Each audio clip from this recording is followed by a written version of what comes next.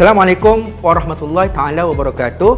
Anda bersama saya Muhammad Fadil Zaidi Mazinuddin, merupakan seorang pelajar jurusan Bahasa Arab Komunikasi Antarabangsa di Universiti Islam Antarabangsa Malaysia, kampus Cawangan Pagoh. InsyaAllah hari ini saya akan berkongsi satu perkongsian yang bertajuk Anak-anak Tunas Pemangkin Generasi Sejahtera.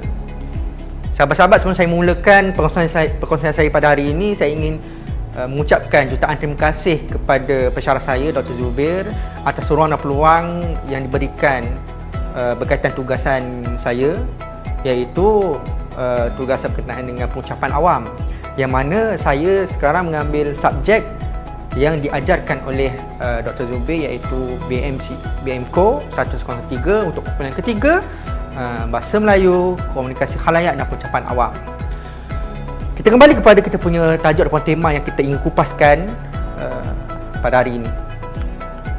Saudara-saudara, tuan-tuan dan puan-puan, sahabat handai semua, bila mana saya sebutkan tajuk tadi, iaitu anak-anak tunas pemangkin generasi sejahtera, kita perlukan dua pembahagian. Daripada dua pembahagian tadi, kita akan berkongsikan juga kepada 3 poin utama yang saya akan jelaskan kemudian. Pertama, kita perlu tahu pembahagian pertama tadi ialah anak-anak tunas.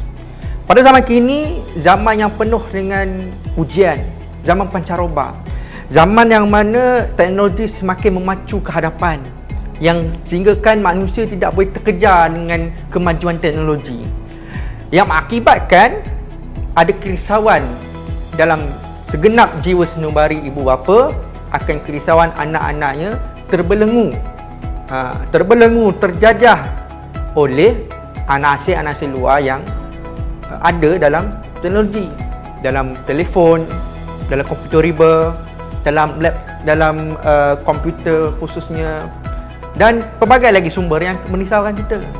Dengan media-media sosial yang semakin mengsat, TikTok, Instagram, Twitter, Tumblr, dan banyak lagi media sosial, medium-medium yang sekiranya disalahgunakan, maka akan menjadi satu pusat yang meruntuhkan akhlak dan sosial anak muda. Keruntuhan akhlak dan sosial. Jadi sebagai itulah, bila kita sebut berkenaan dengan anak-anak tunas ini kita kategorikan sebagai anak-anak ibu umur 4 hingga 6 tahun, yang bagaimana kita ibaratkan sebagai tunas daripada benih pokok yang bila kita nak jaga anak pokok, kita akan semai anak pokok di semayan. Kita akan jaga benih pokok tersebut, kita akan pastikan ditanam di tempat yang betul, tanah apa yang sesuai, kita akan semai baja dan sebagainya. Kita akan jaga dari segi cuaca, pokok mana yang boleh diberi pendahan lebih kepada cahaya matahari, pokok apa yang mungkin kena jaga daripada siraman air, kadar siraman air setiap hari. Jadi sebab sama juga dengan anak-anak, kita berpandangan bahawasanya anak-anak jua kita perlukan semaian yang baik. Apa itu semaian yang baik? Pendidikan awal kanak-kanak.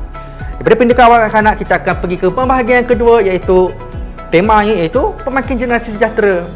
Jadi daripada pemangkin generasi sejahtera, kita melihat anak-anak yang terdidik tadi akan bila besar nanti, bila melalui fasa-fasa kehidupan pembelajaran yang teratur, ada sistem yang tersendiri, ada penilaian tersendiri, maka akan hasillah umat ataupun individu yang mana dia boleh bermandiri dengan dirinya sendiri dan dia boleh mencapai objektif matlamat kehidupan bermasyarakat, masyarakat yang harmoni, masyarakat yang sejahtera.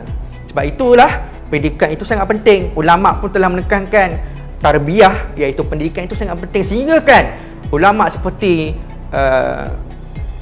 Syekh Abdullah Dr. Ulad Nasir telah mengeluarkan satu kitab bertajuk dengan Tarbiyatul Aulad. Manakala Imam Hujjatul Islam Al-Imam Al-Ghazali rahimahullah telah menukilkan kitab yang bertajuk Ayuhal Walad, pesanan-pesanan untuk anaknya yang tercinta.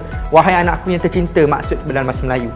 Jadi sebabkan itulah kita ingin melihat ada 3 perkara penting, 3 perkara utama yang perlu ditekankan untuk anak-anak tunas ini menatijahkan kepada pemangkin generasi sejahtera, agar generasi kita pada akan datang selamat, sejahtera dan bertambah baik daripada generasi kita yang ada sekarang. Yang pertama, agama. Agama itu sangat penting.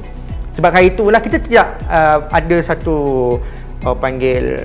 satu perkara yang kita boleh memperlecehkan sama ada tadika ataupun institusi pendidikan awal kanak-kanak yang berteraskan Islamik dengan tadika kerajaan. Ya, tadika kerajaan mungkin tidak setanding dengan tadika Islamik, tetapi tadika kerajaan ada usaha oleh pihak kerajaan yang di mana menerapkan nilai ciri-ciri Islam dalam silibus-silibus yang tertentu.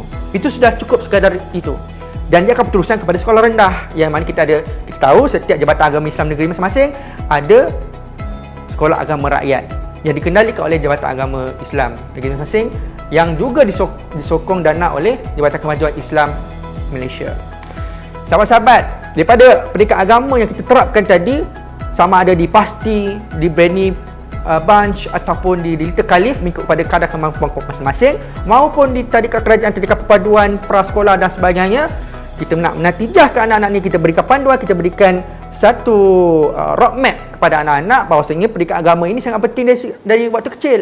Dan seterusnya anak-anak ini akan diberikan satu panduan lagi, akan melalui sistem-sistem yang tertentu, iaitu itulah poin kita yang kedua, iaitu sistem pembelajaran yang kita ada di Malaysia ini alhamdulillah sangat baik, yang mana anak-anak tunas daripada 4 hingga 6 tahun tadi akan dibentuk dengan pendidikan asas Islam daripada bahasa Arabnya, mengenal Tuhan, rukun iman, rukun Islam dan sebagainya, dan akan dibawa kepada sekolah rendah kebangsaan, sekolah kebangsaan, dan mungkin ada sekolah agama rakyat yang untuk memperkukuhkan lagi silibus-silibus dari segi tauhid, akidah dan sebagainya.